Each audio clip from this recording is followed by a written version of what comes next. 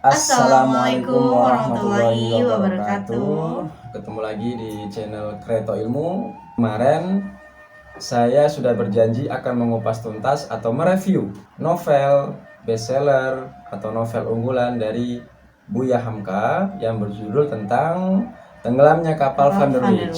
Nah, ini novel ini sangat fenomenal sekali. Apalagi waktu itu ditayangkan di layar lebar seantero Asia Tenggara.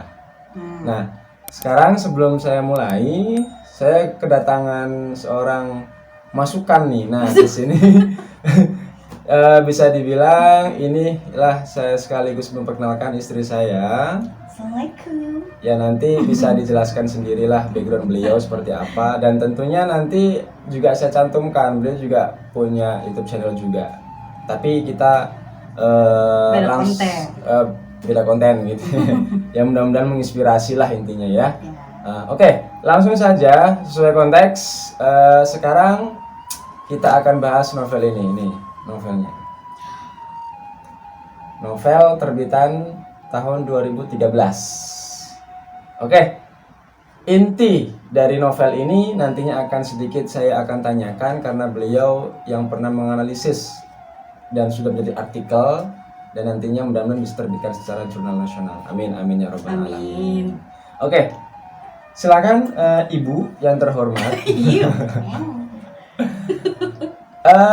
Dari sudut pandang tokoh-tokoh dulu deh, atau mungkin alur cerita dari novel yang luar biasa ini, silakan bisa dijelaskan ke halayak ramai. Oke, jadi seperti ini jalan ceritanya. Dikisahkan tentang seorang pria atau seorang pemuda bernama Zainuddin. Laki-laki ini asalnya adalah sebenarnya pada ceritanya ini tuh dia sekarang tuh tinggalnya di Makassar. Ya kan, Makassar itu daerah mana tuh, daerah Bugis. Nah ya, ketika di awal cerita itu dia tinggalnya masih di Bugis. Di Bugis itu adalah kampung halaman ibunya. Sementara bapaknya adalah orang Minang. Nah, jadi Minang dengan Bugis ya. Dia lahir dari dua suku gitu.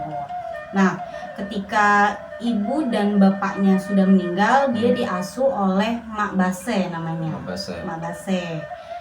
Dia masih kerabat juga, kerabat dari ayahnya gitu. Tapi tinggalnya di Bugis. Ya, jadi suatu ketika dia ingin sekali kembali ke kampung halaman ayahnya, yaitu ke daerah Padang Panjang di daerah Sumatera Barat, yaitu ya Minangkabau, karena ayahnya itu asli Minangkabau.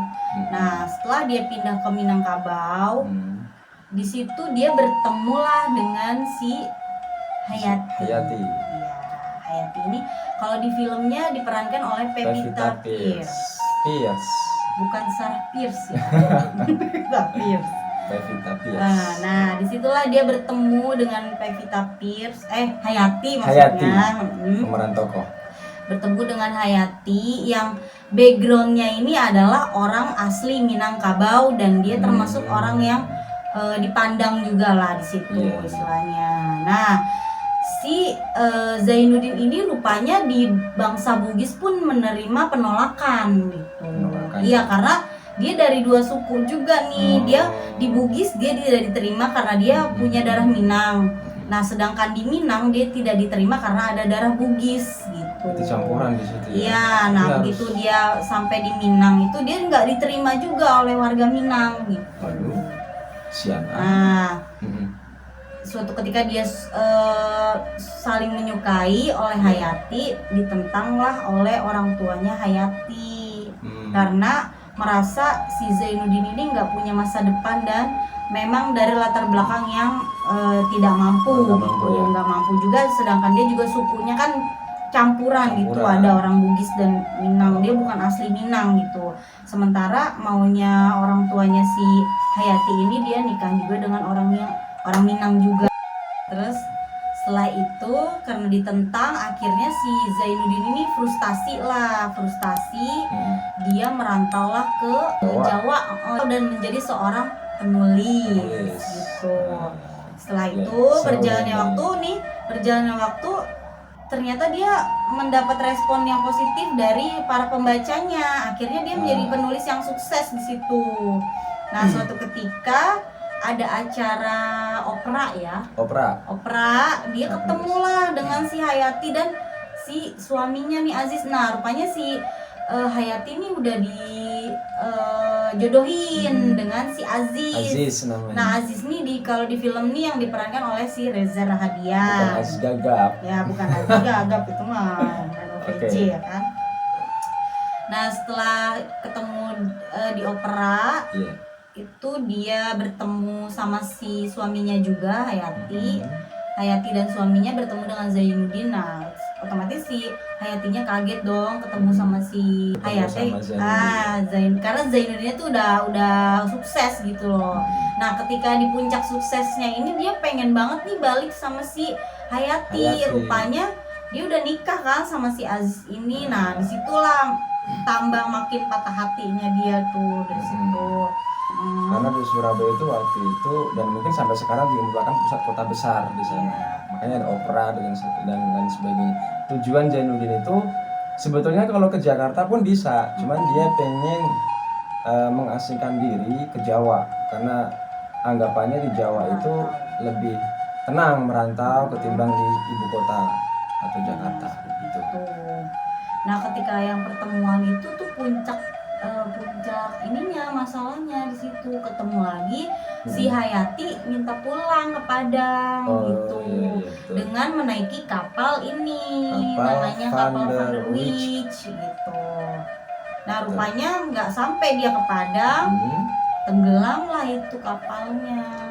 Si Hayatinya tenggelam, cuman udah diketemuin tapi dalam kondisi sekarat gitu. Akhirnya ditemuin sama Zainuddin di rumah sakit. Sebuah novel yang difilmkan layar lebar itu melankolis banget gitu kan di situ kan.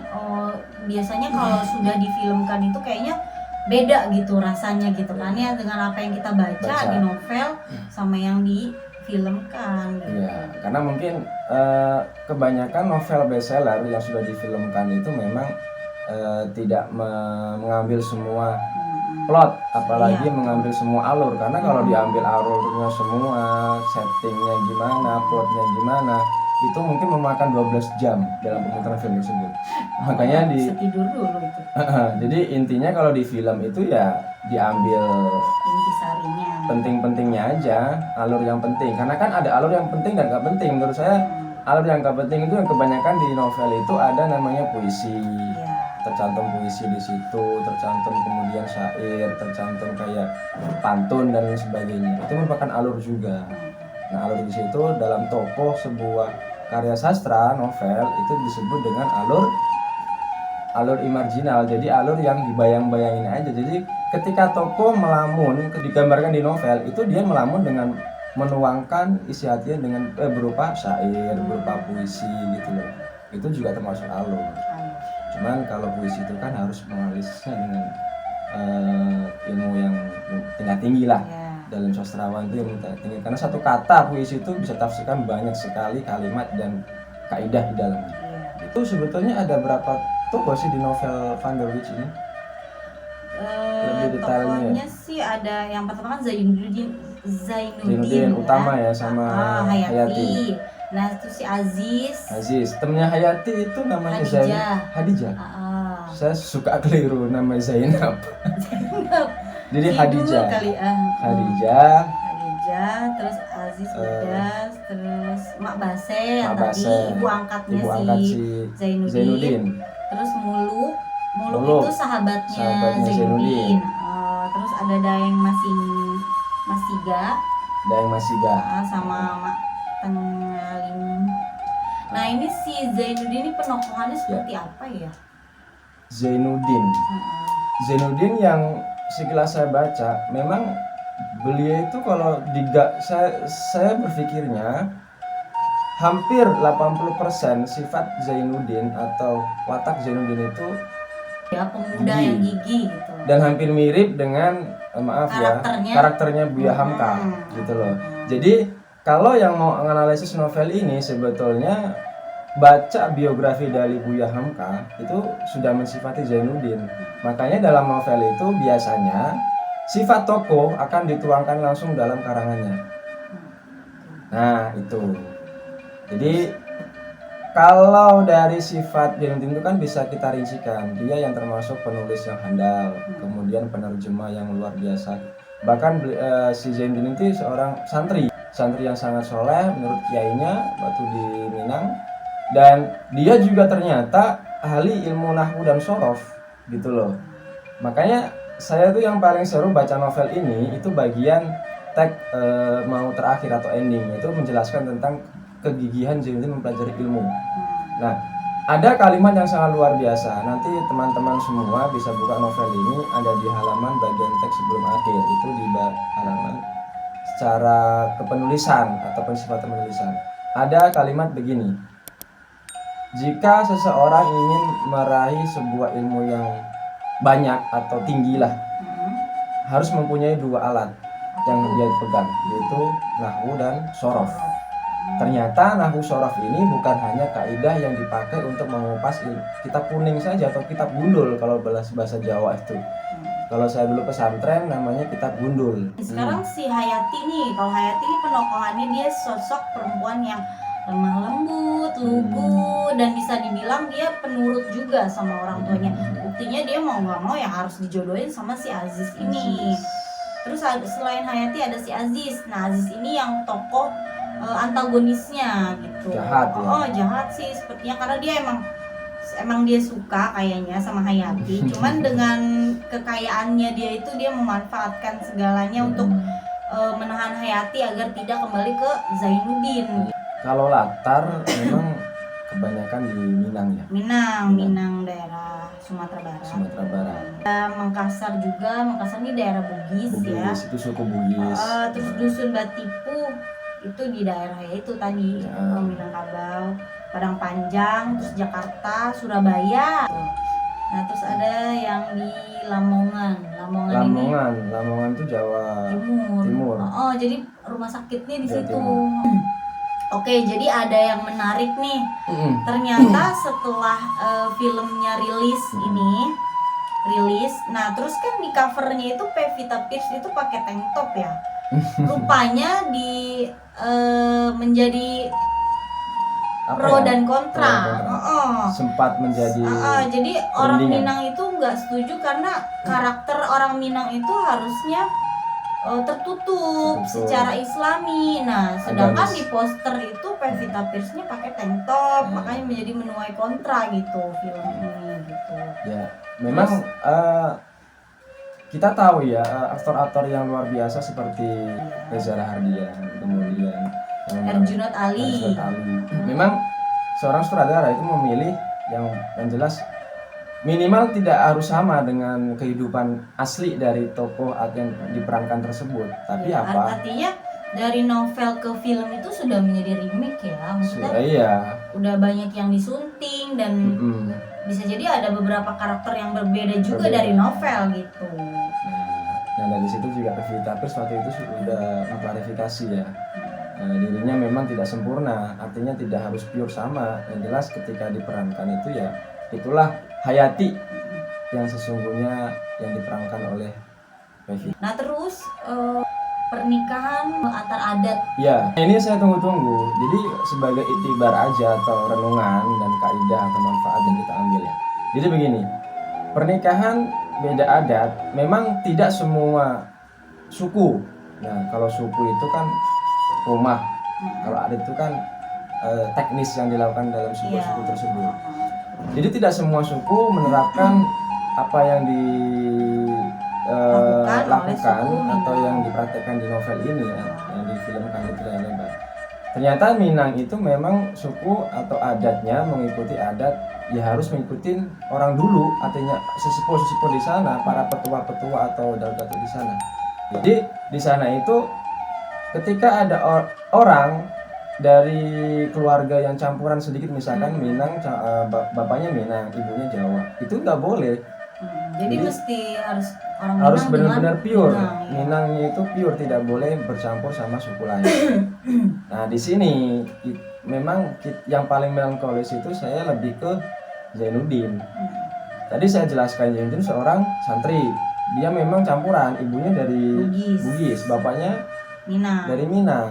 Jadi nggak kental. Jadi nggak kental, akhirnya tidak Itulah setuju. yang jadi alasan kenapa dia ditolak oleh keluarganya si Hayati. Nah sebetulnya saya nggak yakin juga, bukan karena sukunya Zainuddin secara luar persentase besarnya, saya kira.